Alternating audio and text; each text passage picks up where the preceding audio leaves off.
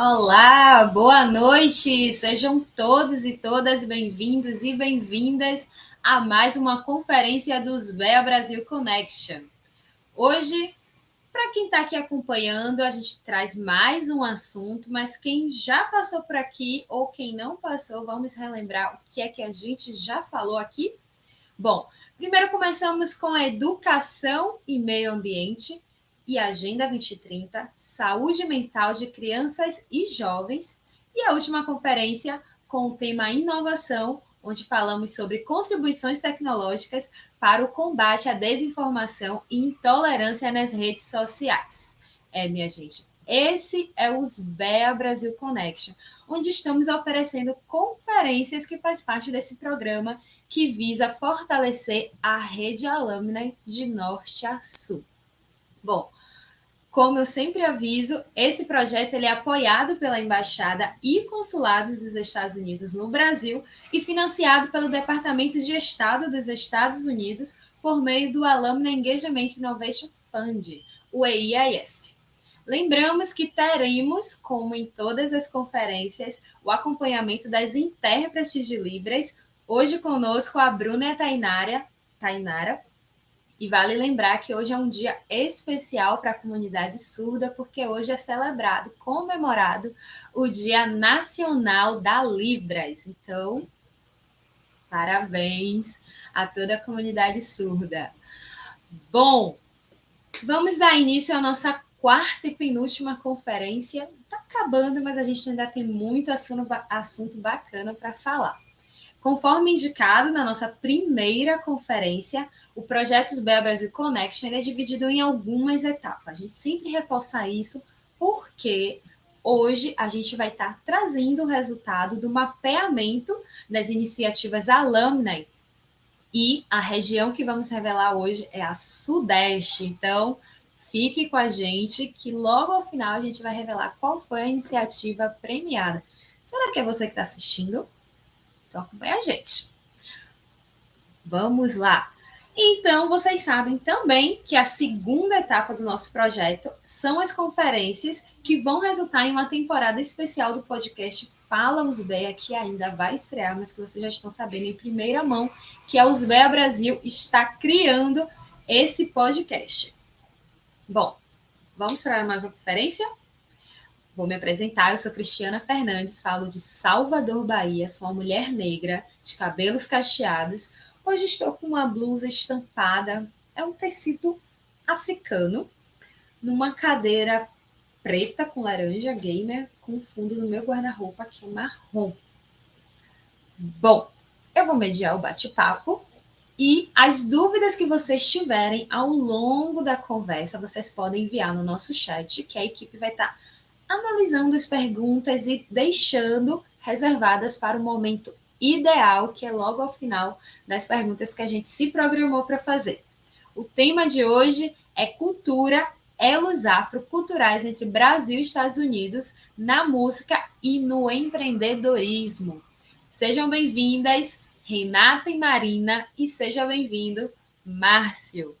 Por favor, se apresentem, falem o nome de vocês, de onde vocês falam, qual o programa na embaixada que vocês fizeram e primeiro se autodescrevam.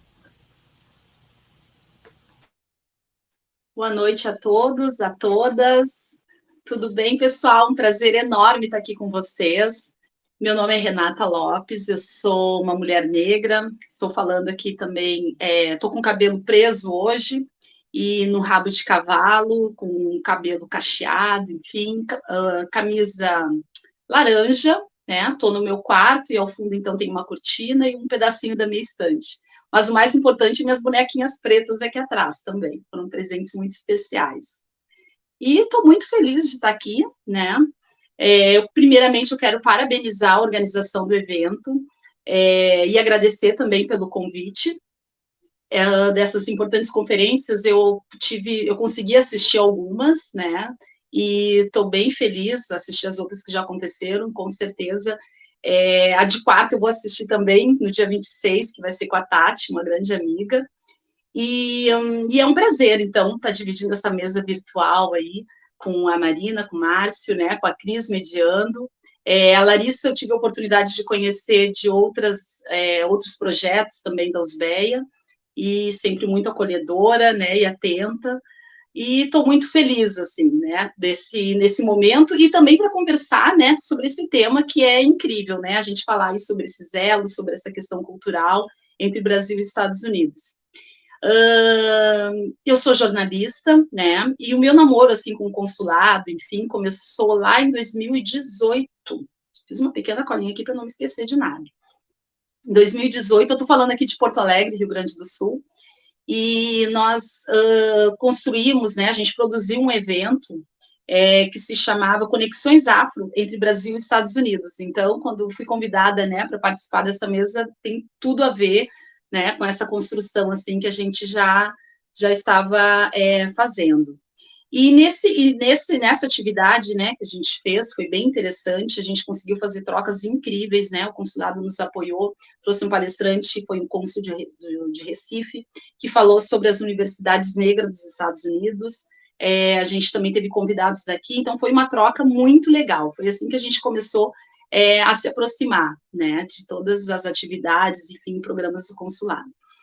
Em 2019, eu participei do IVUP, e isso aconteceu antes da pandemia, e isso é bem interessante falar, porque daí foi, né, os últimos programas presenciais que tiveram, né, depois teve a pandemia, enfim, tudo mudou, e ele é um intercâmbio profissional, né, o tema desse que eu participei, eu tô aqui toda exibida, mas eu uso óculos, tá?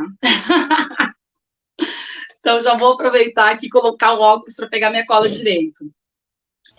O tema do meu programa, ele foi lideranças da mulher no empreendedorismo e na economia digital. E tem tudo a ver com os projetos, enfim, que eu sempre atuei, né, voltados especialmente para as mulheres negras, empoderamento, questão do empreendedorismo, né, lancei algumas revistas, né, voltadas para esse tema, e o projeto que a gente toca hoje é o Reconexões, que tem como objetivo, né, conectar pessoas, ideias e pensamentos, né, e especialmente a gente está aí valorizando, né, a questão da diversidade, da questão das mulheres, e em especial as mulheres negras. E foi um programa maravilhoso, né, um divisor de águas, né, onde a gente teve essa oportunidade de passar 23 dias nos Estados Unidos. Esse programa, cada ano, ele tem uma temática diferente, né, para ser abordada. Eu não sei se o último ou o penúltimo, mas contou com jornalistas negras, né, falou sobre mídias negras, na verdade. Então, foi também a Fernanda Carvalho, que de Porto Alegre também participou, né, e com outras pessoas também de outros lugares aí do país. E a gente participou, assim, desse, né, que eu participei, por uma jornada de reuniões, a gente conheceu pessoas, instituições, e muitas coisas muito legais, assim, que agregaram muito, né, para o nosso projeto aqui, né, em relação ao Reconexões e também outras conexões que a gente continuou fazendo, e não paramos mais. Então, foi um momento, assim, maravilhoso, e uma oportunidade incrível, assim, de conhecer os Estados Unidos. Maravilha. Vou puxar rapidinho aqui, Renata, para você me entregar as informações da próxima pergunta, tá bom? Vou pedir só para Márcio e Marina não adiantarem a nossa próxima pergunta, se apresentarem e deixar o melhor para daqui a pouco, tá bom?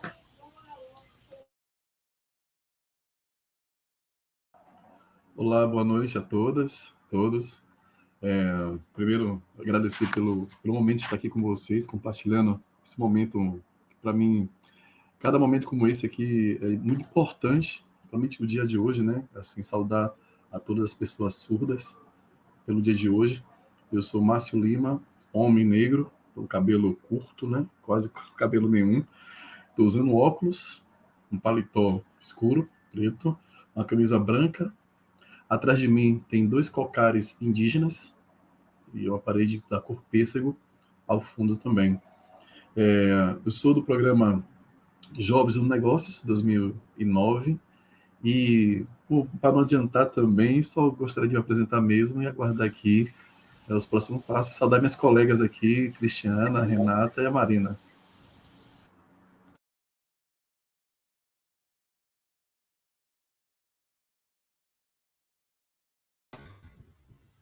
Olá, boa noite.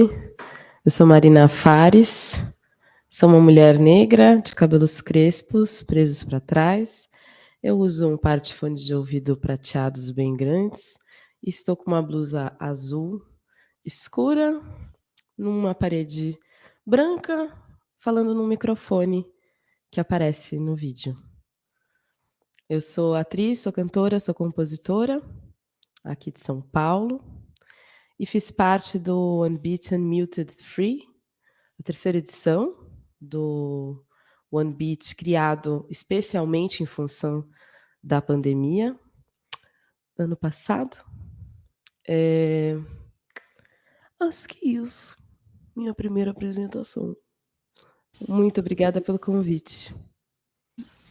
Maravilha. Agora eu vou pedir para Márcio e Marina iniciarem. Então, uma pergunta para a Renata depois. Mas eles vão iniciar falando um pouco do programa deles, porque são programas que são muito específicos, pouco conhecido da gente, né? Eu queria que vocês explicassem como que funciona o programa que vocês participaram, porque eles não são tão frequentes, né? Eles são para públicos específicos. Então, vocês podem falar como que vocês souberam desse programa, qual que é a proposta, a quem ele se destina, e se teve viagem para os Estados Unidos, todas essas curiosidades que a gente gosta de saber quando a gente sabe de um programa novo para os Estados Unidos ou ligado à embaixada e aos consulados aqui no Brasil. Bom, o programa que eu participei, né, chama-se Jovens no Negócios. A proposta começa aqui. O programa se aconteceu apenas em 2009 e o ponto de partida foram jovens de Salvador, aqui na Bahia, e jovens do Rio de Janeiro. Então, ficamos no mês de abril, está fazendo até aniversário agora, agora em abril, de intercâmbio. E a proposta do intercâmbio foi justamente no foco com o empreendedorismo, e na sua grande maioria de mulheres. No intercâmbio, além de participante, eu estava fazendo parte da equipe de coordenação. Eu coordenei o intercâmbio. Então, a proposta inicialmente era o quê? Que as comunidades afrodescendentes do Brasil e dos Estados Unidos, eles compartilham uma história, né? E uma luta pela sobrevivência em comum. É muito comum essa luta, esse compartilhamento de histórias.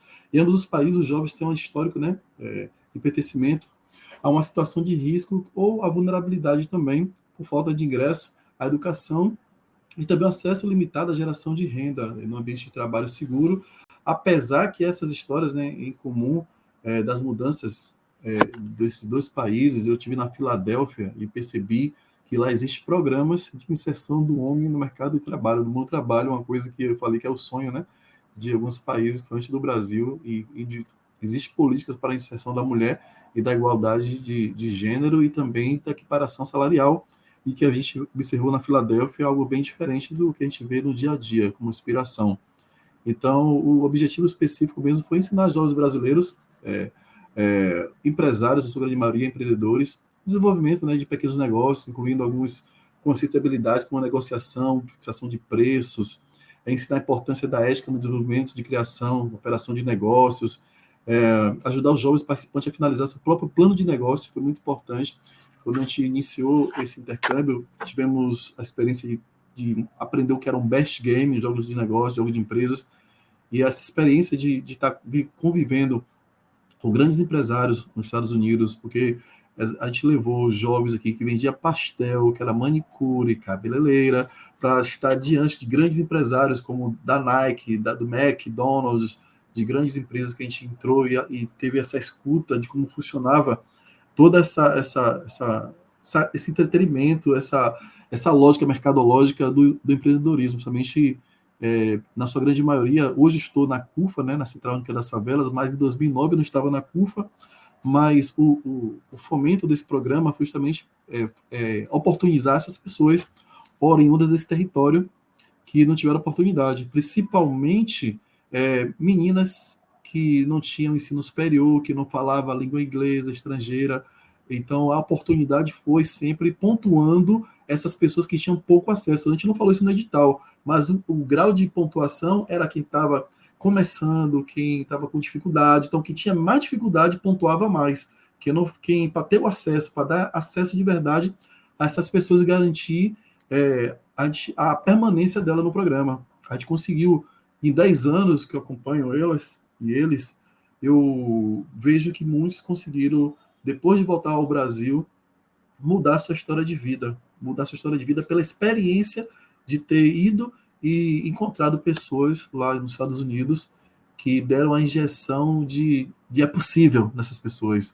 Então, essa conexão foi muito importante, porque a gente visitou o Museu da Diáspora Africana, a gente visitou de Nova York, São Francisco, Filadélfia, Califórnia. Então, a gente participou, fez uma imersão nesse território que mudou a vida, não apenas dos participantes que estavam concorrendo, mas também das pessoas e mentores que estavam acompanhando todo esse processo. Então, um programa que o anterior foi também na área de empreendedorismo, que eu não participei, mas a mesma organização, que foi de mulher para mulher nos negócios, onde podemos também levar uma mulher que fazia renda de birro em Ilha de Maré, num local remanescente de quilombo, e uma mulher preta daqui da periferia de Salvador, que trabalha até hoje na área de cooperativa, né? Cooperativa de resíduos sólidos.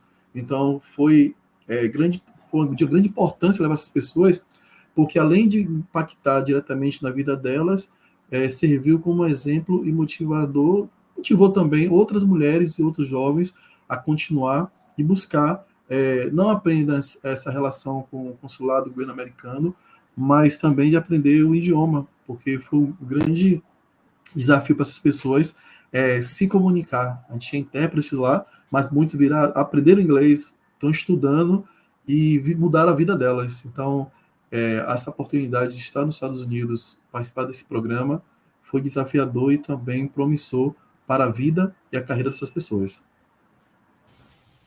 Maravilha. E você, Marina? O Ambit é um programa muito específico para a galera da música, então acho que foi sua praia, caiu como uma luva, né?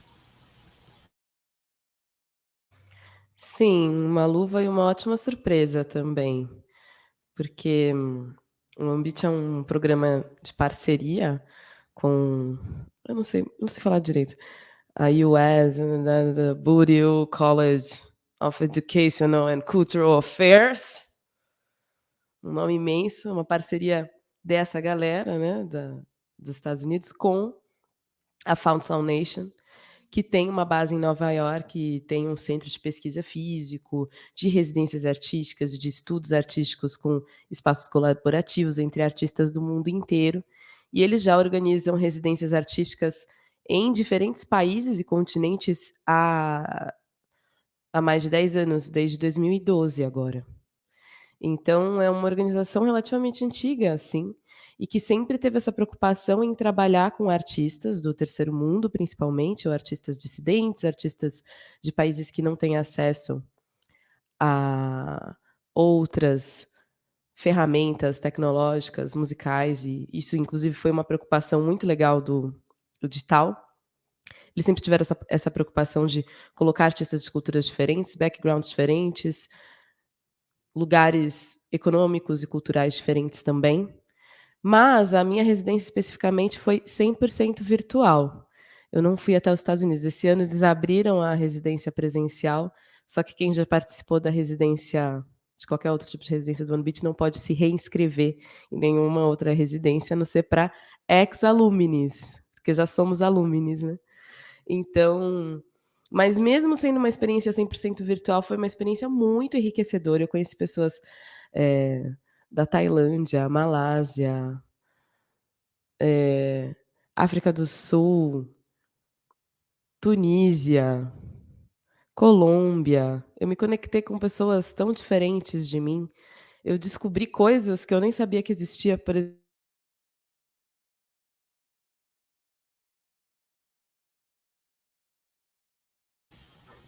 Marina, seu áudio ficou mudo. Eu acho que foi a conexão. Parecendo que ela travou. Vamos ver. Ela travou. Quando ela não volta, isso é normal, né, gente? Das conferências online, tudo que acontece no ambiente online, acontece essas coisas. Estamos de volta, Marina? Consegue me escutar?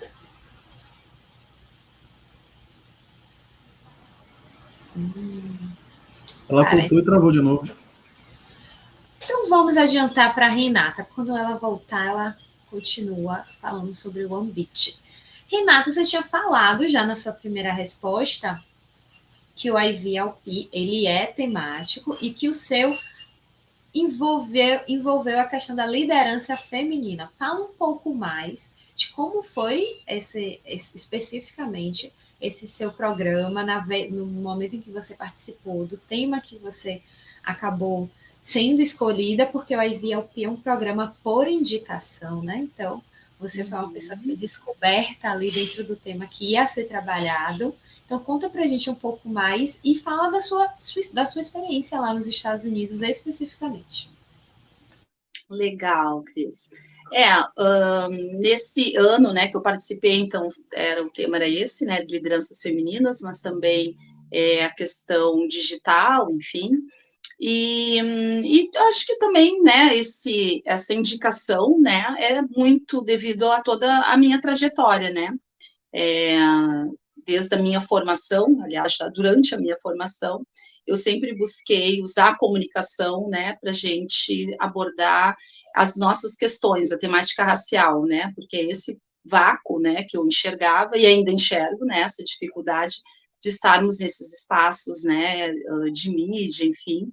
Então, a minha intenção sempre foi essa, né, de buscar produzir, né, conteúdo voltado para a comunidade negra.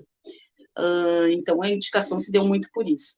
A participação lá foi incrível, né? A gente participei com mais 6 mulheres, né, brasileiras de vários lugares, né, do país, Espírito Santo, Rio de Janeiro, São Paulo, Brasília, a Tati, né, de Santa Catarina, enfim. E já essa troca já foi incrível, né, entre mulheres extremamente potentes, trabalhando em diversas áreas, né? Então, a troca entre nós já foi uma coisa muito, muito legal, assim, que aconteceu.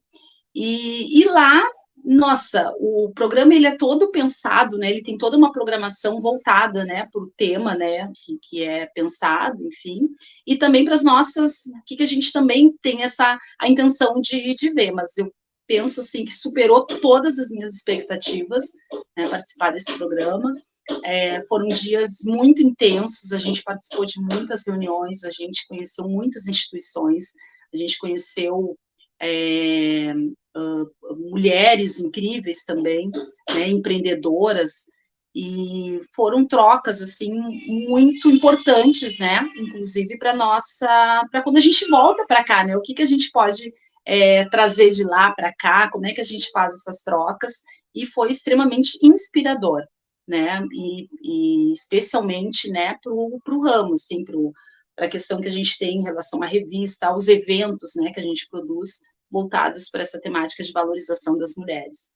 Então, foi muito legal, assim, porque Estados Unidos acaba sendo, né, a gente tem como uma inspiração, como um lugar, assim, de busca mesmo, né, de conteúdo, enfim, a gente sempre foi um referencial muito forte, né, para mim, em relação à estética, em relação a tantas questões, principalmente até midiáticas também, né, onde a gente vê, inclusive nos filmes, essa preocupação, né, de ter essa questão dos negros. As revistas, então, nossa, vi aquelas bancas de revistas com muitas capas, muitas revistas voltadas, né, para a população negra. As pessoas negras na rua nos cumprimentam, isso também é muito legal, né, racista, né, enfim, então, todos esses referenciais, assim, que a gente enxerga de tão longe, e daqui a pouco tu está lá dentro, né, imersa a tudo isso. Então foi, assim, uma experiência maravilhosa, foi incrível mesmo. Maravilha. Agora voltamos para a Marina. Você estava falando de que o seu intercâmbio ele não teve viagem, mas o quanto ele foi rico. Continua para a gente um pouco mais, por favor. Sim, eu colaborei com artistas de mais ou menos 35 países diferentes, então a gente teve uma variedade cultural muito única, muito singular. Tinha gente, eu nem lembro exatamente onde foi que será que o meu vídeo cortou, mas eu estava falando especificamente de uma menina que fez residência comigo, que o nome dela é Taka, e ela é uma rapper japonesa muçulmana de uma pequena comunidade de japoneses na Indonésia, porque a Indonésia é o país mais muçulmano do mundo. Mas quem diria que a gente teria uma pequena comunidade de japoneses muçulmanos dentro da Indonésia, e ela seria uma dessas únicas meninas a produzir rap dentro da comunidade dela e usar a linguagem da música, a linguagem artística, como uma nova forma também de falar sobre questões femininas dentro desse recorte.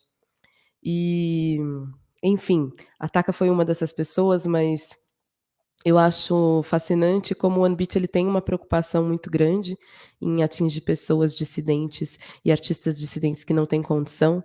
Então, uma coisa que eu acho legal de falar dessa residência é que eles dão, eles providenciam todo um suporte de internet para quem não tem condição de pagar um Wi-Fi. Eles te dão um dinheiro para isso. Esse microfone, a placa de som que eu estou usando agora, todo esse equipamento de som, os fones de ouvido, foram equipamentos que eles pagaram para a gente ter também, para conseguir produzir um material com qualidade durante a residência. Então tem uma preocupação do tipo, queremos pessoas dissidentes, queremos pessoas de terceiro mundo, queremos pessoas pobres, mas queremos dar ferramentas também para que depois dessa residência você continue produzindo de alguma forma. Então, outros programas de edição de música que a gente usa também, que as licenças são caras ou as licenças são apenas em dólar, a gente também ganhou licença vitalícia. Essas coisas eu acho bem, bem legal de dizer, porque às vezes a gente ganha a vaga, né? Tipo assim, você passa na universidade pública, você só tem a vaga. Agora a bolsa, eu fiz o Unesp, por exemplo, na Unesp não tem restaurante universitário. Então, você não tinha como se alimentar com qualidade sem gastar mais de R$20, que é muito para um estudante que estuda período integral.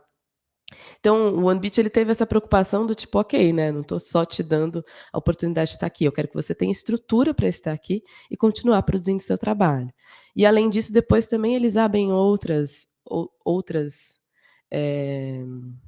como é que fala? Scholarships, outras bolsas para quem é ex-alumni. Eu fiquei sabendo da residência através de uma amiga minha de graduação muito antiga, que sempre me mandava todo ano, eu sempre perdi o prazo, é uma inscrição que ela não é tão burocrática, mas ela é uma inscrição longa, e eu sinto que eu precisava ter um escopo artístico melhor mesmo para me inscrever. Em vários momentos que eu recebi o link, tipo 2019, 2020 mais ou menos, o meu trabalho artístico ainda não estava tão bem elaborado, ainda não tinha lançado as minhas primeiras músicas, ainda não tinha feito os meus primeiros shows, e para mim foi uma experiência engraçada, porque eu lancei o meu trabalho na pandemia, apresentei tudo em formato tecnológico, então quando eu entrei no OneBeat, foi uma continuidade desse processo de produzir e lançar música durante e pós-pandemia, que acho que esse é um recorte importante para nós artistas, porque a gente, ao mesmo tempo que perdeu o trabalho, descobriu outras formas de trabalhar e estabelecer redes e valorizar o nosso trabalho fora do contexto nacional também. Porque a música experimental muitas vezes é mais valorizada fora do Brasil do que dentro, né? Essa é uma questão. Que maravilha. Agora eu fiquei curiosa, Marina. O que é que vocês fazem no OneBeat? É uma residência artística, mas ao longo desse período da residência, o que é que vocês constroem? O que é que vocês cantam? Vocês tocam? Vocês trocam? Já que tem tanta diversidade de pessoas de diversos países. Bem, são 2 meses de residência, e aí a gente tem uma agenda bem exigente, de mais ou menos 2 a 3 encontros de 4 horas cada por semana, durante esses 2 meses. Então é um intensivão mesmo.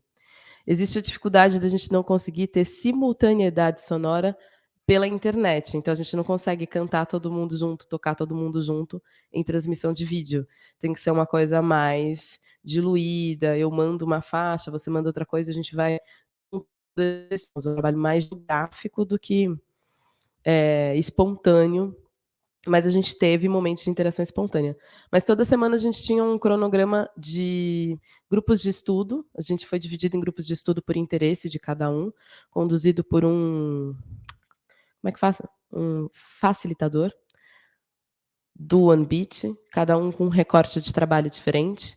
O meu, a gente tinha como objetivo montar um almanaque, que foi uma coisa bem interessante também. A gente montou um almanaque virtual com várias questões, falando de símbolo, falando de tarô, falando de astrologia, falando desses códigos dentro da música e de um outro conceito de música, como que fala? Soundscape. Tipo, música ambiente, mas é uma música para construir paisagens sonoras. Então, a gente fez um almanaque inteiro com construções de paisagens sonoras que a gente produziu, 6 participantes individualmente. E toda semana a gente tinha uns fóruns de estudo do grupão de 35 pessoas. Então a gente teve fórum para falar sobre produção musical, a gente teve aula com um dos melhores professores da Juilliard sobre produção musical, Elliot Cole, que é maravilhoso. Ele é um puto especialista no Ableton, que é um programa de música um pouquinho difícil de usar. A gente tinha grupos de debate sobre feminismo, a gente tinha grupos de debate sobre empreendedorismo na música. A gente também teve um outro grupo de debate sobre artistas que, infelizmente, foram afetados pela Covid e desenvolveram algum tipo de deficiência pós-Covid e tiveram que adaptar as suas atividades musicais e artísticas. Então, como continuar sendo artista depois das sequelas da Covid. Isso também foi um encontro que a gente teve que foi muito legal, de falar com artistas que tiveram que restabelecer uma carreira, restabelecer uma linguagem e uma forma de produzir música depois de tudo isso. E por aí vai. Rico. No mínimo, dá para chamar de um programa rico, né? Muito, assim, tudo que você trouxe da questão da preocupação de tornar esse programa online. A USBEA Brasil também passou por essa experiência de adaptar um programa que era presencial, que foi os Jovens Embaixadores.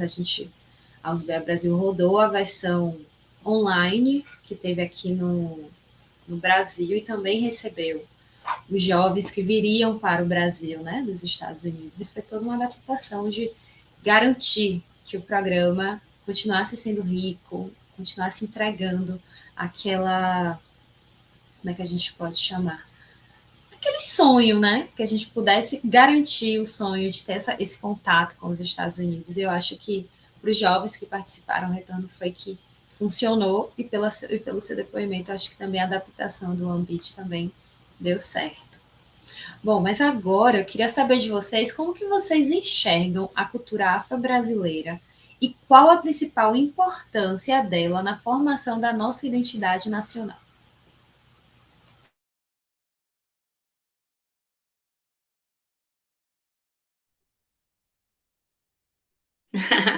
Foi eu, então.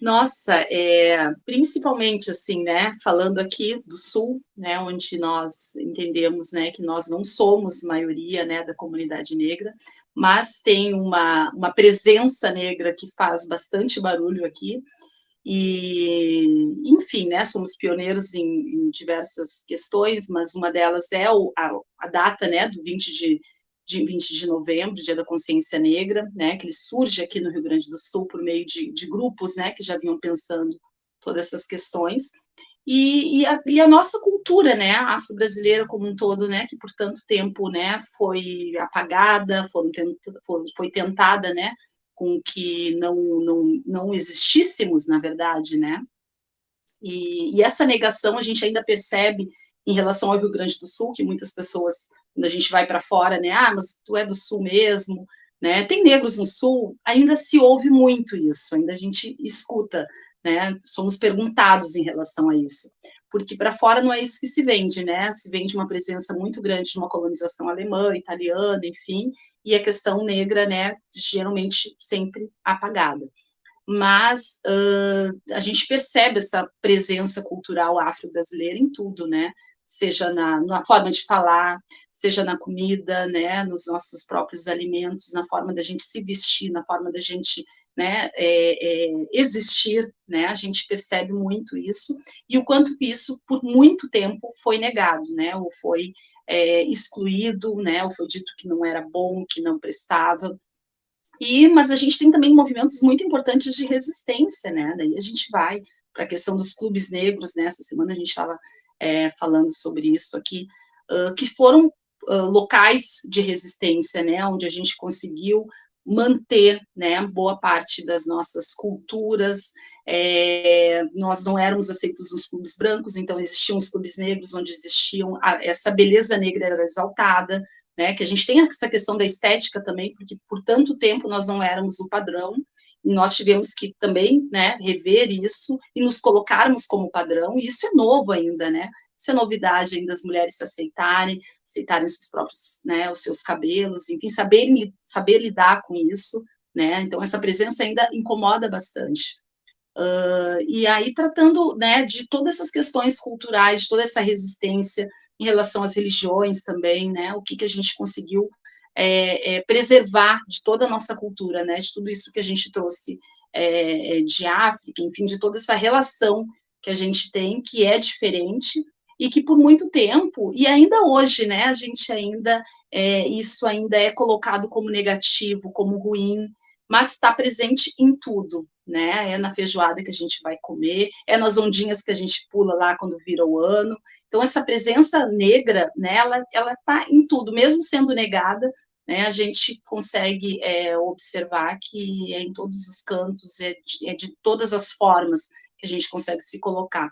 E o mais legal, assim, também disso, é que hoje a gente consegue se colocar, né? A gente fala sobre isso, né? A nossa presença já ela é efetiva, né? A gente quer falar sobre isso, a gente se coloca nesses espaços e a gente está mudando isso, né? Essa forma de ver, né? Toda essa nossa trajetória, tudo isso que a gente já conquistou, enfim, né? A partir de todos esses grupos, todo esse movimento negro, né? Da gente entender que nós não somos todos iguais, né, e que nós temos que ser respeitados, né, pelas nossas especificidades, pelas nossas diferenças, e essa onda, né, da gente trazer isso é muito legal, e nos traz um orgulho muito grande também, né, desse pertencimento, da gente se aceitar como comunidade negra.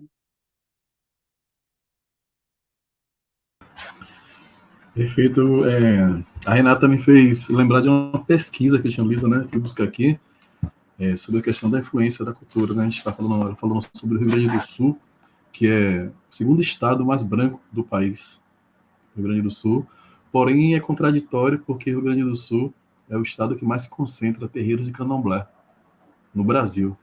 Mais de 65 mil terreiros de candomblé existe registrado lá no Rio Grande do Sul. Eu fiz essa pesquisa na época, foi no Sindjus, no site, falando sobre essa temática. Então, você vê como a resistência, né, nesse território e a força, mesmo sendo minoria, aonde se mais resiste. Quando eu falo candomblé, peço licença a quem é da religião, que eu não sou da religião, não tenho propriedade, mas é algo que me chamou muita atenção quando a gente fala de território, porque o pessoal acha que na Bahia tem tudo, tal, mas eu venho percebendo, isso é a minha percepção enquanto cidadão, que quando eu vou para alguns lugares onde se pratica, né, falando de identidade tem muito a ver, a religião de matriz africana, eu vejo para os cargos, e são todos brancos, aqui na Bahia está mudando, está embranquecendo os cargos, né, das religiões de matriz africana. E quando eu estou atuando nas favelas aqui em Salvador, no interior da Bahia, eu percebo que nas igrejas neopentecostais, os grandes cargos são de pessoas pretas. Então, acho que essa construção de identidade, ela vem mudando o tempo todo, e é contraditório a gente perceber um lugar onde tem mais branco e isso predomina a maior concentração de religião de povo preto, e onde é um lugar onde mais o povo preto foi trazido para esse local aqui onde eu moro, onde eu vivo, está perdendo espaço. Os ataques que os terreiros estão sofrendo aqui na Bahia, as invasões, esse lugar sagrado para essas pessoas. Então, foi muito boa essa reflexão, trazer isso aqui para esse tema e que a gente tenha esse olhar mais aprofundado sobre esse território, enquanto também está modificando. Atrás de mim, como tu fala, tem os cocares indígenas. Eu pude conhecer os tupinambás do sul da Bahia, os pataxós. Eu tive no litoral norte de São Paulo, conheci o tupi-guarani, a qual língua que eu gosto muito. Eu aprendi quando tinha 15 anos de idade, tupi-guarani. Sou muito adepto da cultura indígena, gosto muito. E depois passei 2 meses com o povo Yanomami, lá em Roraima, Wapixana e Tuarepang, na região ali da Venezuela também, e eu pude ficar muito triste também com o que o povo indígena vem sofrendo nesse território. E aqui na Bahia, praticamente, muitos se perderam também a sua essência por conta das ocupações do homem branco no seu território, e essa coisa de exterminar a comunidade indígena, o qual eu, desde pequeno, admiro e gosto muito, porque várias coisas que falamos hoje no português do Brasil de origem tupi-guarani, e a gente vai perdendo isso a cada tempo que passa. Hoje a gente não pode, e por respeito, não comemorar o Dia do Índio, mas o Dia dos Povos Indígenas, de luta dos povos indígenas, mas também porque mudou de nome, as pessoas não aprofundam os estudos sobre por que é o dia de celebrar a luta dos povos indígenas. E acaba, não posso comemorar o Dia do Índio, então não comemoro nada, mas não tem essa reflexão aprofundada da importância, porque povos indígenas, e quanto isso influencia, porque o indígena é chamado de índio. Então isso tem que ser discutido, porque um dos portugueses vieram ao Brasil e acharam os indígenas parecidos com o povo indiano da Índia. Então isso é pejorativo. Então essa construção da identidade, quando eu estive lá em Nova York, passei no Harlem e vi que a gente conversando com umas pessoas, e das pessoas dos Estados Unidos falou assim: ainda bem que o meu navio veio para cá, para os Estados Unidos. Falar sobre isso até emociona, porque tem um tanto que a evolução, mesmo toda a questão lá e a problemática do povo negro nos Estados Unidos, mas lá eles estão 20 anos à nossa frente. Assim, isso foi em 2009 que eu fiz esse cálculo de 20 anos à nossa frente. E o quanto o povo brasileiro precisa melhorar a nível de entender de onde veio, para onde vai e quem somos. E esse espaço que o Zubea está dando aqui do Brasil, a gente está falando sobre isso, pode ser para muitas pessoas mais um espaço, mas eu estou aqui com a fala de Renata, tocado também, fazendo algumas reflexões, quando a Marina fala também sobre a música, sobre a importância não só de você dar oportunidade, mas de continuar a investir, que aquela pessoa se mantenha também nesse espaço, porque não é só entregar, mas garantir a permanência das pessoas. E eu fico feliz também, que é para não perder esse feeling aqui, de estar sendo minoria enquanto homem num painel que tem mulheres. Eu gosto muito de ser minoria nesse espaço. E parabenizar mais uma vez a equipe organizadora por isso, por permitir que eu, enquanto homem, seja minoria no espaço onde estou vendo mulheres iguais a mim, assim, na questão de raça, mas de intelectual, e eu estou sendo minoria nesse espaço. E era isso que eu queria falar. Acabei mais virando um desabafo do que uma fala, mas é sentimento puro. Obrigado pela oportunidade.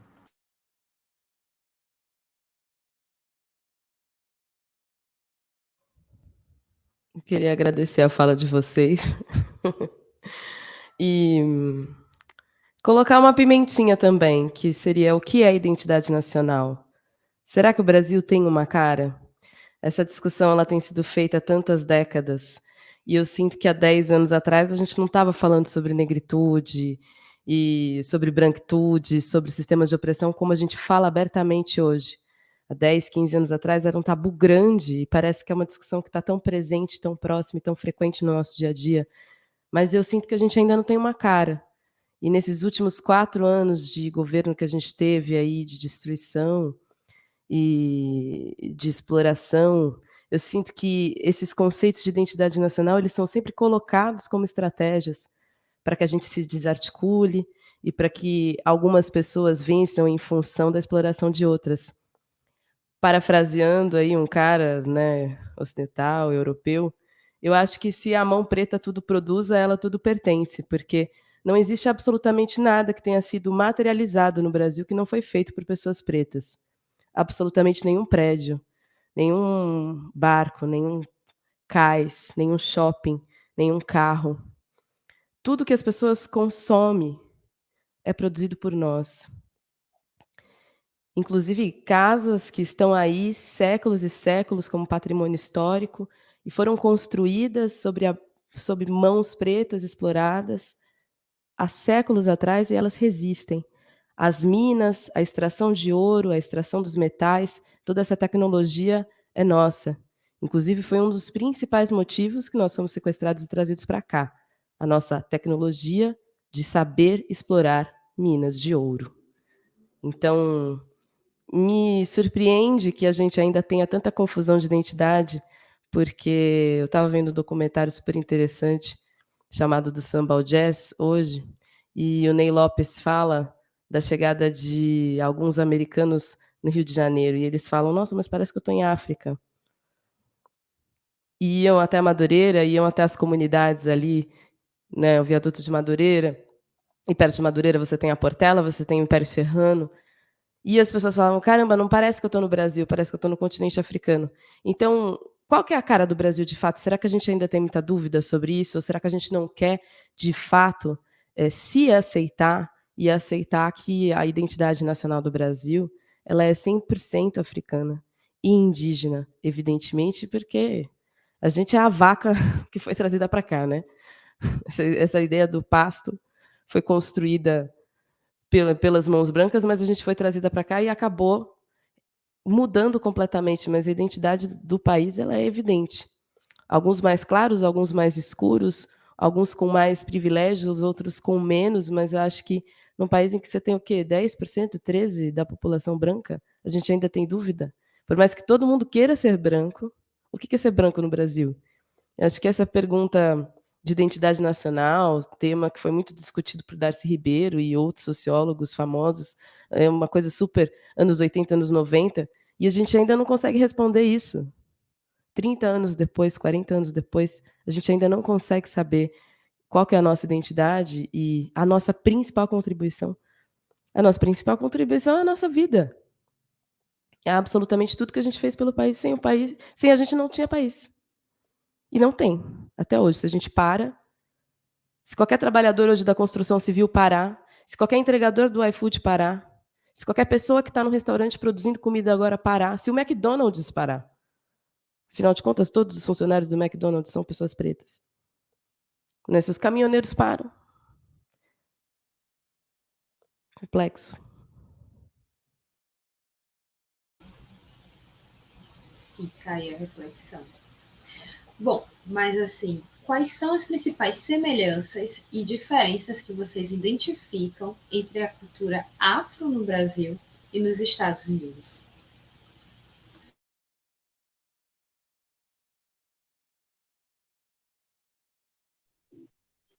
Nossa, eu penso que é muito legal, assim, a gente pensar, né, sobre isso.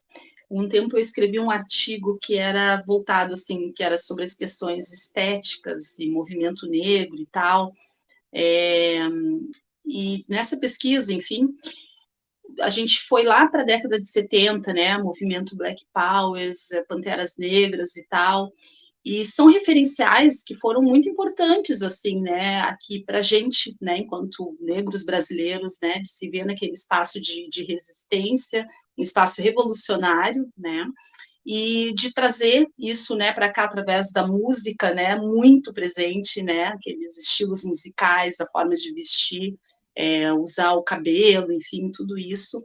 E esses referenciais norte-americanos sempre nos impulsionaram, apesar da gente ter tido culturalmente, historicamente falando, né, momentos assim tão diferentes, né, porque lá eles entenderam que eles eram negros e que tinham que tomar uma providência mais rápido que nós, né, Márcio falou ali desses 10 anos, que bom que é 10 anos, eu acho que dá para correr atrás ainda, né, e alcançar, né, e mudar isso, e eu acho que a gente está mudando, tem iniciativas incríveis aqui, falando em Brasil, mas a gente perdeu muito tempo, né, nesse mito aí da democracia racial, somos todos iguais, e hoje a gente ainda escuta isso, né, que não tem preconceito, que não tem desigualdades e tal, e a gente tem que estar toda hora lá comprovando com dados, né, onde que nós estamos, né, a questão dos empregos, a questão do acesso à saúde, acesso à educação, né, a nossa população ainda é a mais atingida, né, com tudo isso.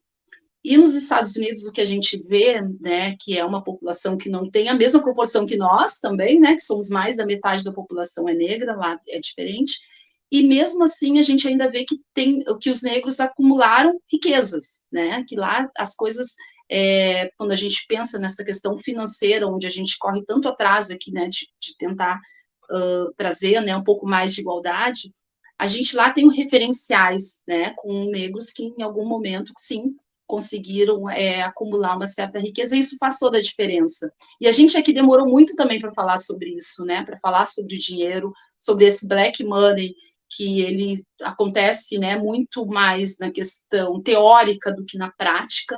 Então, a gente ainda precisa, sim, se enxergar, né, de uma outra forma. A gente ainda luta aqui muito pela sobrevivência mesmo, né, pela resistência, e a gente ainda tem todas essas questões que a gente ainda pode trazer, né, fazer essas trocas, enfim. Aqui eu entendo, né, pelo que eu vi lá, né, nas questões, eu trago de novo, né, a questão da mídia, né, da gente se enxergar nesses lugares. Como é que a gente pode ter uma mídia branca num país onde a metade da população é negra, né, onde a gente não se vê? Cadê essa diversidade toda, né, tanto da população negra como da questão da população indígena também, né? E lá isso é respeitado, isso é abordado, isso é falado.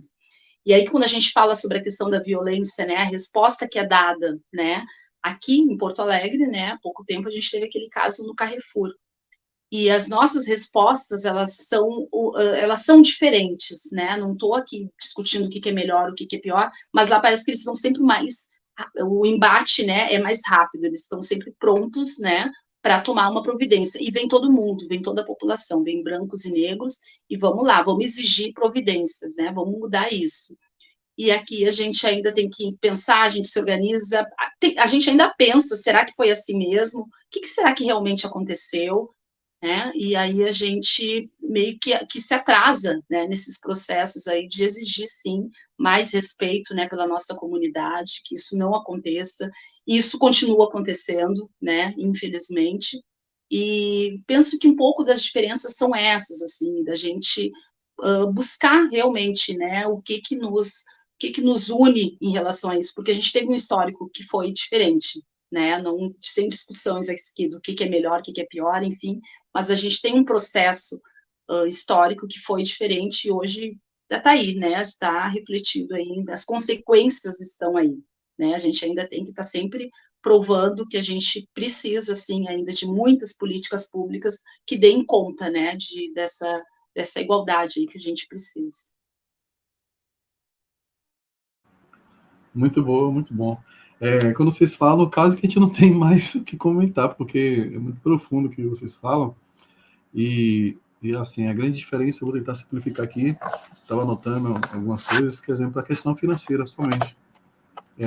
Um artista, né, norte-americano, a gente faz uma comparação de quanto um artista norte-americano, um jogador e outras categorias, o empreendedor, empresário norte-americano, ele consegue ter essa ascensão e aceitação dentro do seu território, apesar das dificuldades, enquanto um brasileiro, uma brasileira aqui, enquanto que tem que provar e lutar para estar nesse espaço. Então, quando uma mulher preta, um homem preto aqui, ele tem especialização, doutorado, mestrado, a pessoa, mas você realmente tem? Você é mesmo? Tem aquelas perguntas, né? Mas você é doutor mesmo? De que área? Você fez aonde? Sabe? Você tem que provar todo o tempo que você é bom. E isso é muito ruim quando a gente vai para uns espaços e a gente vê essas perguntas, né? Sobre o cabelo. Como é que você faz para lavar? Sabe? Eu acho que são coisas que realmente eu não vi lá. Eu perguntei também, porque a mulher americana usa laces, perucas, ela usa o que quiser, cabelo curto, não tem cabelo, tem dread, e a afirmação é muito importante. Então, isso é muito, muito diferente daqui, apesar de a gente viver em contextos de realidade diferentes. Uma outra coisa que eu percebi também é sobre alguns cargos de poder lá também, dentro desse território. Eu vi muitas mulheres negras e homens negros ocupando. A comida é uma grande diferença também, porque o americano usa muito fast food, né? E aqui a gente tem essa variedade de comida diferente. Você vai aqui na Bahia, a muqueca é com dendê, você vai a outro lugar, para falar que a muqueca também não tem dendê. Você vai comer um baião de dois de um lugar de uma forma, você vai para outra de outra forma. Tem essa variedade de comida e também essa nova experiência de experimentar uma comida que é bem diferente, culturalmente falando, sobre os dois países. E uma coisa também que a gente vê lá sobre a identidade, né? Aqui, quando você está no espaço, aí eu falo Cristiana Fernandes, Renata Lopes, e falo Marina, o sobrenome da pessoa. E lá eles falam apenas o sobrenome na formalidade. Tem essa coisa, essa diferença. Mantém isso ainda. Seu Santos falar comigo, né? Senhora Fernandes, Senhora Lopes. Então, eles prezam muito pelo sobrenome. Isso é bem diferente. Aqui, quando você está no local, como eu falei, vai Márcio Lima, depois chama de Macito, Massinho, aí vai. Quanto mais tempo a pessoa passa, mais intimidade vai criando e a formalidade vai ficando para trás. É uma diferença do nosso povo e acho que ainda tem jeito, o nosso povo tem jeito sim. Acho que a gente investir na educação, que é o grande caminho, a gente consegue ter resultados maravilhosos aí.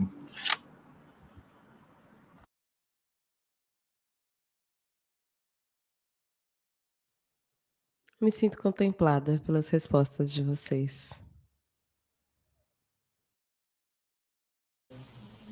Então, maravilha. Já que Marina já se sentiu contemplada, também esse é o momento em que a gente tinha se preparado para escutá-la cantando. Ao invés de falando, a gente vai ter esse privilégio de escutá-la. Vamos lá?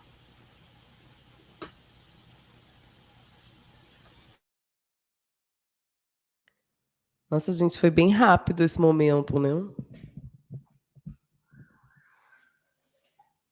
Bem, eu vou cantar uma música. Pensei muito, mas aí no final... Aqui, eu não sei, né? Eu tô falando do meu ambiente, né? Aqui em São Paulo tá frio. Tá um climinha, assim, preguiçoso. Eu falei, acho que vou fazer uma coisa mais soft. Mais molinha. Então, eu vou cantar para vocês. Dá para me ouvir bem?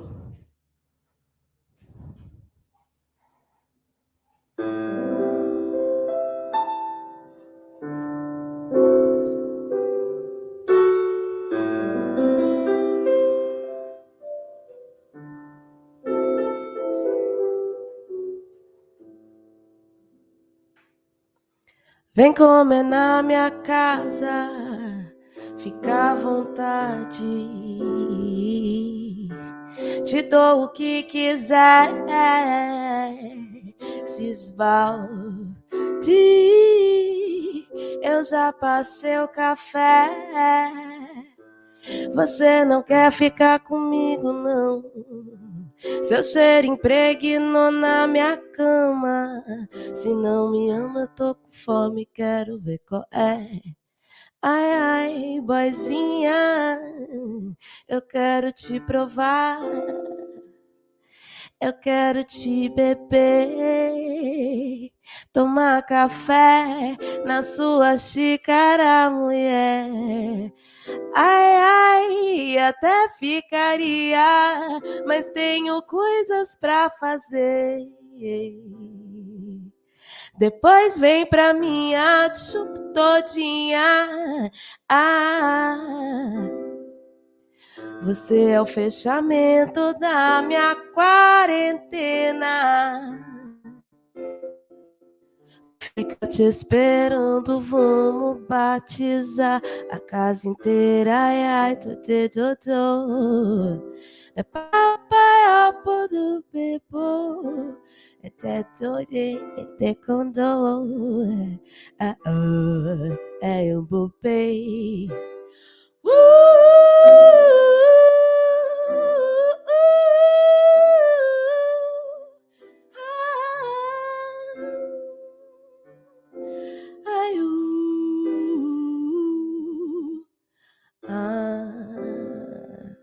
Você é o fechamento da minha quarentena.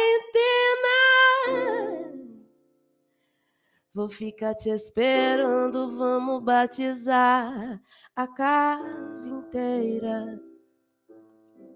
Da papai, bubu, bubu, de tetoyo, de bubu, de do day. Baby, baby, puxa seu cabelo. The baby, baby. você é.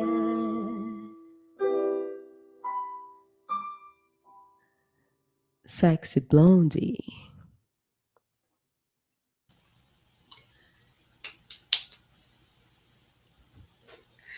Que maravilha! Olha, eu já tive o prazer de ver Marina cantando um pouquinho mais do que já assim, lá em São Paulo, no 4 de julho, do Consulado de São Paulo. E assim, lembrar de você, Marina, para estar aqui hoje foi algo que não foi difícil, porque a gente queria que você falasse da sua experiência, que você cantasse um pouco mais para a gente. Então, muito obrigada por isso. Ah, obrigada a você. Ai, que bom. Mas voltando para o nosso bate-papo, eu queria que vocês falassem como que vocês acreditam que a gente pode criar pontes entre a cultura afro-brasileira e afro-americana e quais são essas oportunidades para colaboração entre artistas e empreendedores e ativistas que estão nesses dois países. Assim, alguns de vocês já falaram dessa relação. Acho que Márcio vem de um programa que construiu isso mesmo, mas hoje, depois desse tempo que você foi, Márcio, e as meninas também, como que vocês enxergam que essas pontes elas podem ser criadas?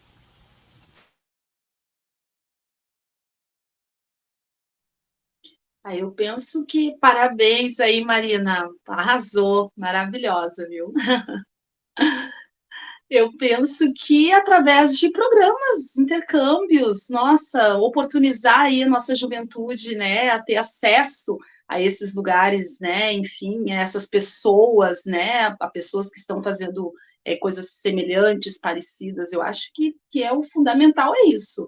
Privilégio nosso, né, ter participado desses programas e poder estar falando sobre isso, né, nossa, o programa que o Márcio e a Marina participaram, eu não conhecia também, né? E tantas outras oportunidades, né, que se tem. Eu penso que é isso, é essa vivência, é essa troca, isso é fundamental para a gente oportunizar, né, isso para a nossa juventude.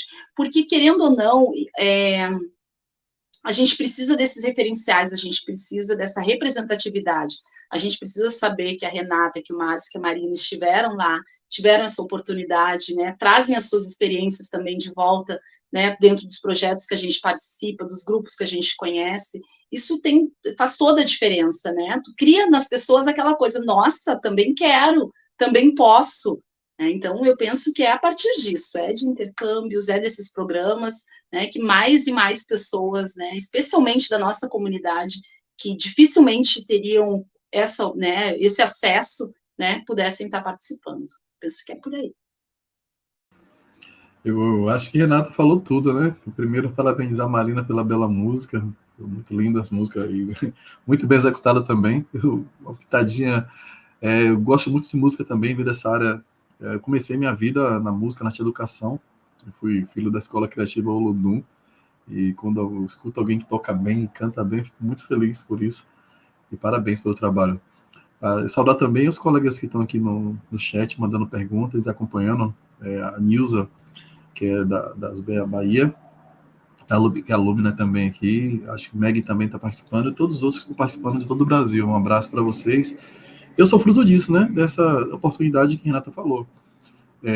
Eu fiz várias coisas na minha vida, mas quando eu tive a oportunidade de estar fazendo intercâmbio, meu primeiro intercâmbio foi em 2006, eu fui para a Suécia, o choque, né? A gente fala do povo negro, eu fui para a Suécia em 2006 e eu aprendi muito também, além de contribuir, eu aprendi muito e vim com uma nova pessoa, um novo profissional, e aí eu fui buscando outras oportunidades, mas eu lembro que em 2004, quando eu estava começando a estudar empreendedorismo, empregabilidade e tecnologia, foi a Agência Norte-Americana para o Desenvolvimento que ofertou esse curso em parceria. Então, eu nem sonhava ir para os Estados Unidos. Isso foi em 2004.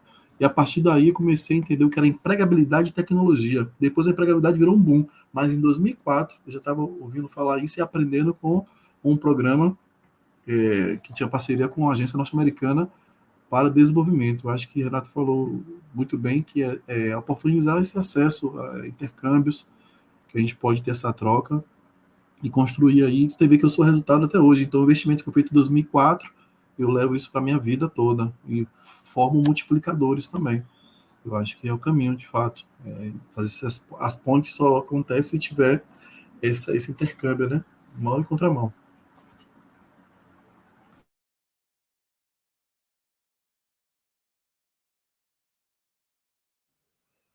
Eu, como artista, fico me perguntando quantas oportunidades a gente tem de fato para empreendedorismo nas artes. Eu vejo bem pouco essa associação e a oferta de oportunidades nessa área, seja cursos, porque para a gente participar do intercâmbio tem exigência da língua, e aí quando eu falei do One Beat para muitos amigos meus, negros e negras, teve essa questão de: "Putz, amiga, mas eu não sei falar inglês direito". Eu falei assim: "Não, mas te ajudo e depois você se vira lá e fala o que der para falar", assim como teve muita gente que fez a residência comigo sem saber falar direito. Mas, a língua ela é um lugar que impede no medo, mais do que na sua dificuldade em aprender a língua. As pessoas têm muito medo de, passar vergonha, tipo assim: "Mas eu não sei falar, as pessoas vão me olhar feio, eu não sei falar". Então eu acho que, não sei, na minha área, eu acho que teria que ter uma coisinha um pouquinho mais one by one, assim, passo a passo. Teria que ter primeiro um lugar de aprender línguas, artistas poderem aprender novas línguas e olharem para si como um produto, que é uma outra coisa que a gente não se olha, porque a gente acha que empreendedorismo é para quem tem uma coisa e vende essa coisa, ou vende, ou tem um negócio. No caso do artista, a coisa, na verdade, é a gente mesmo, é o nosso corpo, a nossa imagem, o que a gente comunica, e o produto que a gente entrega no final é a nossa voz, ou a nossa performance, enfim. Então eu ainda sinto falta de intercâmbios que também se preocupem com esse lado, da associação entre empreendedorismo e ativismo para artistas independentes brasileiros. Maravilha. A gente está com o tempo já quase acabando, mas eu acho que é importante as pessoas que estão assistindo. Hoje as pessoas comentaram muito aqui no chat, né? Vou até destacar algumas coisas aqui antes da gente ir para a última pergunta. Teve a Meg Virginia falando grande Márcio, os Bea Bahia, a Jo Absolvente, que é a Nilza, ela falou, nossa, só potência juntas. Ela também citou que uma das nossas perguntas no meio é que a diferença, né, entre Brasil e Estados Unidos são as oportunidades e a aceitação. Foi na rodada que a gente estava falando sobre o que é que a gente identificava de semelhança e de diferença. E ela também trouxe um exemplo de uma amiga que tem uma filha negra de cabelo crespo e que está estudando balé, mas que nunca passa nas fases do balé, e que ela sugeriu que essa criança fosse inscrita na aula de dança afro, mas que a amiga nunca tomou essa iniciativa. Então é uma coisa a se pensar, né? Conectar essa criança com uma cultura que seja mais próxima, né? Das raízes delas, talvez acabe ajudando e valorizando a autoestima dessa criança, né? Porque acho que toda criança, quando vê ali passando de fase, eu já fiz balé, eu entendo bem esse comentário que a Nilza trouxe. Então, quando a gente vê que existe essa passagem de fase que a gente não vai passando, ou que outra pessoa não vai passando, isso acaba afetando, ainda mais se tratando de criança. Então, Nilza, não desista, incentive sua amiga, que uma hora vai. Bom, ela também, a Nilza tá aqui bombando nos comentários, tá? Ela adorou você cantando, tá, Marina? Ela falou, que delícia, café, bolo e boa música. A Larissa Silva falou, que lindo. A Suzy também. E por aí vai, né, gente? Assim, os comentários estão só elogiando vocês e a gente ganhou muito de ter vocês aqui com a gente. Mas para finalizar, assim, quem quiser encontrar a Marina, a Renata, o Márcio, onde é que a gente encontra vocês? Qual é o trabalho que vocês desenvolvem? Se estão com trabalho agora? Porque vocês também têm muito perfil, né? Artista tem um momento, empreendedor tem um momento que está na carreira, que é importante destacar. Então, conta pra gente como é que a gente acha, como é que reforça o trabalho de vocês para quem está nas redes ou não, fora das redes, quem está na Bahia, quem está em São Paulo, quem está no Rio Grande do Sul. Ah, essa ficou fácil, Cristina. Segue lá a revista Reconexões, que já vai estar dando um grande apoio, enfim, a esse projeto. que ele começa com um evento presencial, né? Eu tenho ainda essa... Não é uma dificuldade, mas eu gostaria de estar mais próximo a vocês, né? Enxergar vocês só pela essa telinha aqui, eu estou no telefone, enfim. Eu gosto de coisas, né, onde a gente passa, e foi uma troca linda, né? A gente trocou energia, a gente trocou informações, enfim, tá? Foi maravilhoso esse encontro. Só que eu gosto daquela coisa, né, da gente se tocar, da gente se conhecer, da gente se ver. E a pandemia nos levou para esse outro lugar, né? Durante a pandemia, então o nosso projeto também mudou, que era um projeto onde a gente tinha essa intenção, né, de fazer encontros mensais e tal, debater alguns temas, trazer a mulherada para conversar, enfim.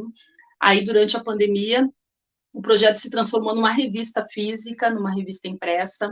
Aí a gente também teve uma sequência de lives que a gente fez também, que também foram muito legais. A gente abordou vários temas, né, durante a pandemia, enfim. E hoje a gente está caminhando para produzir uma revista digital.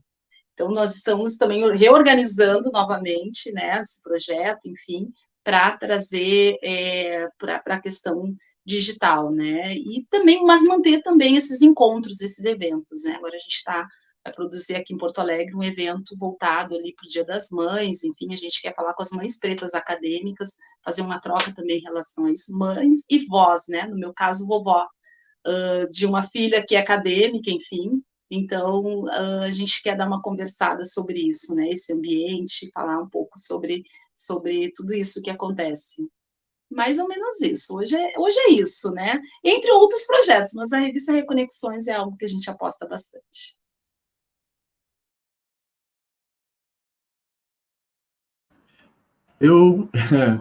Vocês me encontram, né, nas redes sociais aí, Instagram, @Márcio do Projeto, também institucional, @CUFA Bahia, que é um projeto que hoje eu estou na presidência nacional da instituição e aqui na presidência local na Bahia, mas com o Márcio do Projeto me encontra. A gente está dia 28 aqui lançando um projeto em parceria com a Caixa Econômica e com a Visa, que é o Mulheres de Favela, onde a gente vai fomentar aí, tá? A gente começou no Rio de Janeiro, dia 8 de março, em São Paulo vai ser 12 de maio, mas aqui na Bahia vai ser dia 28, a gente vai fazer uma trilha de formação com essas mulheres, e depois vamos fazer uma incubação, é um programa novo aí, que vai fomentar, não apenas ensinar, mas também garantir a permanência dessas pessoas. E vai cuidar das mulheres e também dos filhos, que 49% nas favelas são chefiadas por mãe solo e que precisa fazer o curso e levar seu filho ou sua filha. Então a gente tem que pensar na estrutura completa, na mãe e nos seus. Então a gente vai acolher seus filhos também, vai ter espaço kids com monitores, é um projeto novo, mas muito bem elaborado, para você que mora na Bahia, em São Paulo, Rio de Janeiro está finalizando, mas São Paulo ainda pode. O site é mulheresdefavela.cufa.org.br. Aí tem a inscrição lá, gratuito, e todas vocês podem participar. Muito obrigado a vocês pela oportunidade.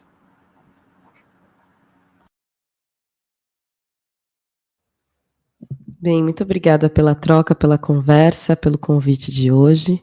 Quero agradecer a todo mundo que estava aqui, inclusive as nossas intérpretes de Libras maravilhosas. Para me achar, é @MarinaAfares, meu nome completo. Eu sou artista educadora, então você também pode fazer aula de canto comigo, caso seja do seu interesse, da sua vontade. Estamos bem aqui para servir sempre. E para quem não tem condições de fazer aula de canto, eu trabalho numa associação cultural chamada Bloco do Beco, aqui em São Paulo, que fica na Zona Sul, no Jardim São Luís. E eu atendo lá todas as terças-feiras, a partir das 18 horas, com aulas gratuitas. Então, tem esses 2 convites. Muito obrigada, gente. Eu só tenho a agradecer. Eu estou aqui fechando com o comentário da aluna Cristine. Esse momento está tão gostoso, nem queria que acabasse. Mas eu vou precisar agradecer demais a presença de vocês. Obrigada, Marina, Renata, obrigado, Márcio. E assim, agora eu vou precisar me despedir de vocês e vou chamar a minha colega Larissa Darcy, que é a gestora de projetos da USVEA Brasil. E primeiro ela vai trazer uma mensagem nossa da USVEA Brasil, uma situação que aconteceu, e logo em seguida a gente tem o resultado da iniciativa premiada na região Sudeste. Obrigada, Cris. Obrigada a todos que estiveram com a gente até o final. Foi um prazer. Eu acho que a gente está conseguindo ser bem democrático e trazer assuntos tão importantes que acabam não sendo debatidos, né, no dia a dia, ou às vezes entra em alguns grupos no esquecimento, mas quão importante foi esse diálogo. Assim, eu aprendi muito, é constante aprendizado, eu me sinto muito privilegiada de ter tido a oportunidade de estar com vocês aqui hoje. Mas como a Cris falou, eu tenho um recadinho só para trazer para vocês antes de trazer de fato o resultado da iniciativa selecionada. Eu não sei se vocês acompanharam as últimas notícias recentemente, mas eu gostaria de reforçar, na verdade, sobre a morte de Sara Silva Raimundo. Eu não sei, como eu falei, não sei se vocês sabiam, mas a Sara, ela inclusive participou de um programa patrocinado pela Missão Diplomática dos Estados Unidos aqui no Brasil, que foi o Access E2C. Ela tinha 32 anos, ela era formada em Direito na Universidade Federal do Rio de Janeiro e era sócia fundadora da startup Única Instância, ao lado do Gilmar Bueno. E não sei se vocês estão cientes de como foi todo o processo, mas ela estava em viagem para os Estados Unidos para participar de uma conferência e, felizmente, ela sentiu alguns sintomas e acabou passando mal e falecendo a caminho do hospital, assim que o avião fez um pouso forçado. E a gente queria reforçar a campanha que está sendo feita para conseguir fazer todo o translado, trazer o corpo da Sara para o Brasil. Como isso envolve muitos custos, nada, claro, programado, a família está em busca de um suporte financeiro para conseguir fazer isso, né? Ela estava sozinha no momento da viagem e o sócio dela, o Gilmar, ele está nos Estados Unidos também, já foi para os Estados Unidos para fazer também todo esse trâmite de trazê-la para cá, para o Brasil. Os custos vão acima de R$100 mil, aproximadamente $24 mil. E bem, eu queria, na verdade, ter a atenção de vocês para esse assunto, que é uma tristeza, mas que a gente possa dar suporte, né, para essa família. E mais informações para ajudar na campanha vocês encontram no próprio Instagram do Gilmar, @gilmarbueno.junior. Tá? Na primeira postagem marcada lá no Instagram dele, vocês vão ver mais informações sobre o ocorrido e também vai ter acesso ao Pix, onde está sendo feito as transferências de qualquer valor para ajudar nessa campanha e trazer o corpo da Sara para o Brasil. Bem, pode falar. A gente, só para contextualizar vocês, a gente trouxe essa mensagem aqui na nossa conferência porque a gente entende que a Rede Usbela é uma rede que todo mundo se apoia. E a Sara, ela é alumna também, ela fez parte do Access E2C, que é um curso de inglês da missão diplomática aqui no Brasil. E quando a gente tomou conhecimento de que ela também fazia parte dessa rede que todos nós estamos inseridos, a gente achou que era importante também trazer essa mensagem para vocês e contar com o apoio da Rede Alam, né, nesse momento que vai ser tão importante para a família, para poder dar garantir que os últimos dias da matéria física da Sara, né, tenha os devidos cuidados e tratamentos que ela merece, por tudo que ela contribui para a nossa sociedade, por tudo que ela é quanto mulher. Então, é essa a nossa mensagem. Exatamente. Bem, as informações estão aqui. Qualquer dúvida, vocês também podem entrar em contato conosco, a gente pode direcionar vocês para mais informações.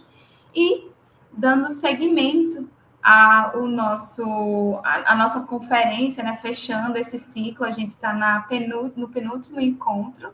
Na quarta-feira a gente vai ter o nosso último encontro, a Cris ela vai detalhar mais sobre isso, mas hoje a gente vai estar revelando a iniciativa selecionada do Sudeste.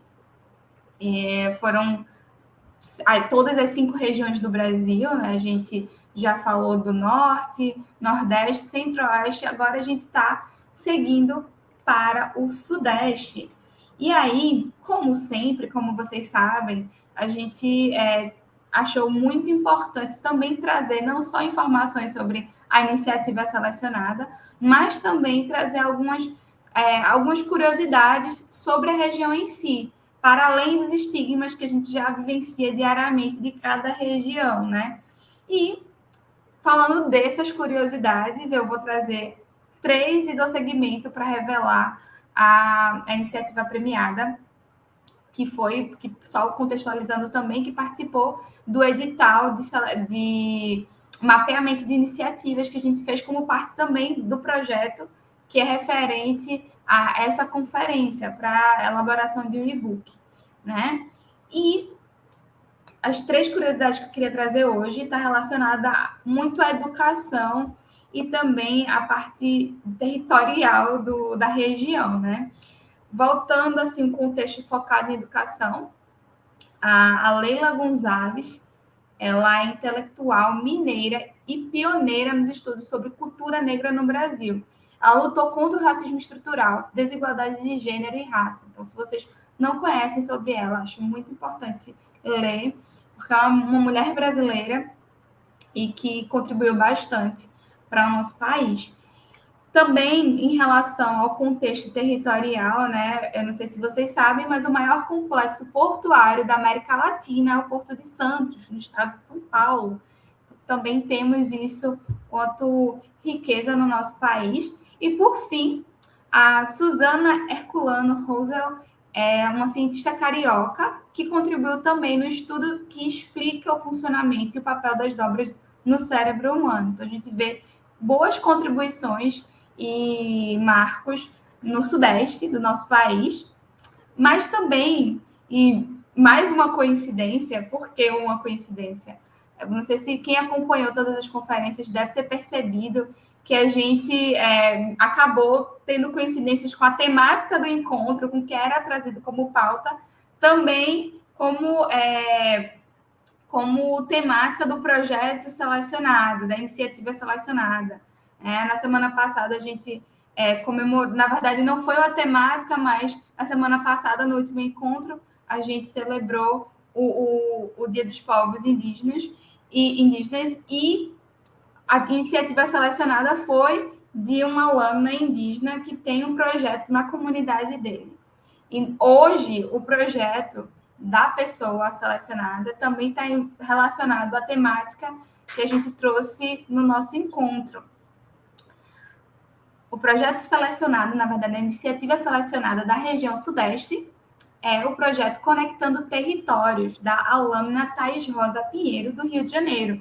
O projeto ele visa aproximar a história, memória e cultura afro-brasileira a partir do turismo e educação, com visitas em locais de memória como a região da Pequena África, no Rio de Janeiro, e comunidades quilombolas e urbanas. O objetivo é ter uma educação antirracista e da união das raízes culturais afro-brasileiras.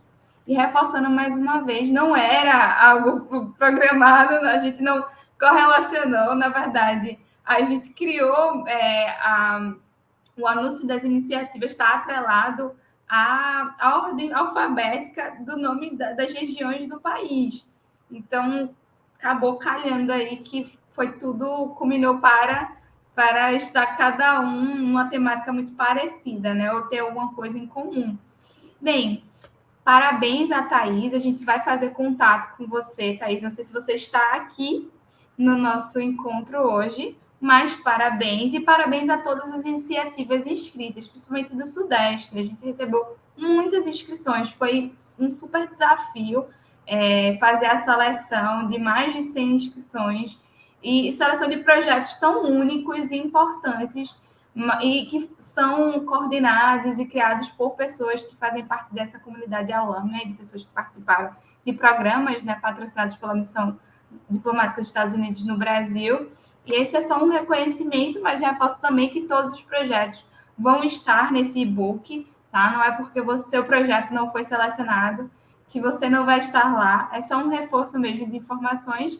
E a gente também vai fazer contato com o Clube Estadual do Rio de Janeiro para marcar esse encontro presencial e formalizar a entrega dessa premiação para a Thaís, tá? É isso. Muito obrigada pela oportunidade. Eu acho que eu só esqueci de fazer o quê? De me autodescrever e falar meu nome. Vou fazer bem rapidinho e reforçando, né? A Cris, ela me apresentou, mas meu nome é Larissa, sou de Pernambuco, estou gestora de projetos da USBA Brasil, sou uma mulher de pele branca, com cabelo ruivo, mas no tom de cobre, estou com uma blusa de gola com os detalhes bordado na gola, na cor creme, e estou na minha sala, no fundo, com uma parede de tijolinhos brancos, tá? Muito obrigada, Cris. Eu passo a palavra para você. Obrigada, Lari. Deixa eu reforçar que eu já vi que tem uma pergunta aqui no chat. Laura, a gente vai enviar o link, o form, né? Para que vocês garantam o certificado de vocês já já. É porque a Larissa que toma conta disso, ela vai mandar assim. Olha, chegou. Então, eu vou destacar aqui mais alguns comentários de vocês antes de fechar a nossa live de hoje. A Janaína, ela falou que foi uma excelente temática e palestrantes, parabéns. O Rogério também deu os parabéns a todos por todos os temas abordados e também muito bem colocados, segundo ele, excelente. Muito obrigada, Rogério. O Francisco, ele também elogiou a voz. Agora eu estou na dúvida se foi a de Larissa ou se foi a de Marina, mas eu acredito que tenha sido até as duas, viu? Porque as duas têm uma voz muito belíssima. A Laura, ela pontuou, né, da situação sobre a Sara, que é triste, e que tomara que que a família atinja a meta financeira. Então, vamos fazer a nossa parte. Se você pode contribuir, contribua com o que você puder. Que de pouquinho em pouquinho eu sei que a gente consegue chegar lá sim. A Antônia Gabriela, ela deseja parabéns por todas as lives. A Laura também. Ela disse que é muito importante a iniciativa antirracista em pleno 2023. Precisamos continuar lutando pela causa. A Rose Félix, ela dá parabéns também. Temas muito bem abordados e muito esclarecedor e incentivadores. Aí o Francisco reforça aqui no final. Melô da vacina, você é o final da minha quarentena. Parabéns, Marina. Sua voz e música são lindíssimas. Super concordo, tá, Francisco? A Laura dá parabéns para os palestrantes de hoje. E eu também dou parabéns para os palestrantes, para vocês que nos acompanharam até aqui, para as nossas intérpretes de Libras. Parabéns pelo trabalho que vocês desenvolvem. Hoje, que é o Dia Nacional da Língua Brasileira de Sinais, das Libras. Então, parabéns pelo trabalho de vocês, parabéns à comunidade surda.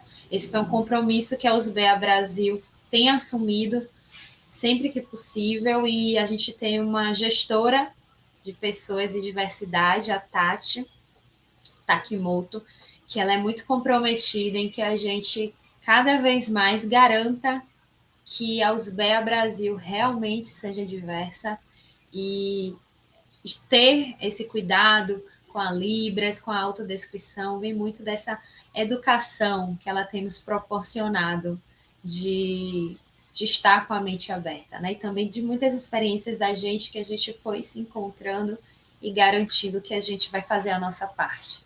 Então, muito obrigada, Tati, também. E, já que eu falei de Tati, ela vai estar aqui no nosso último encontro, no dia 26 de abril, já vou adiantar essa parte, às 19 horas de novo, vamos ter a temática dos direitos humanos e a gente vai contar com a presença de Laura Eduarda, que também está aqui no nosso chat, e da Tati Takimoto, a nossa gestora de pessoas e diversidade. Elas vão falar sobre o tema atuação eficiente, uma abordagem sobre os direitos de pessoas com deficiência.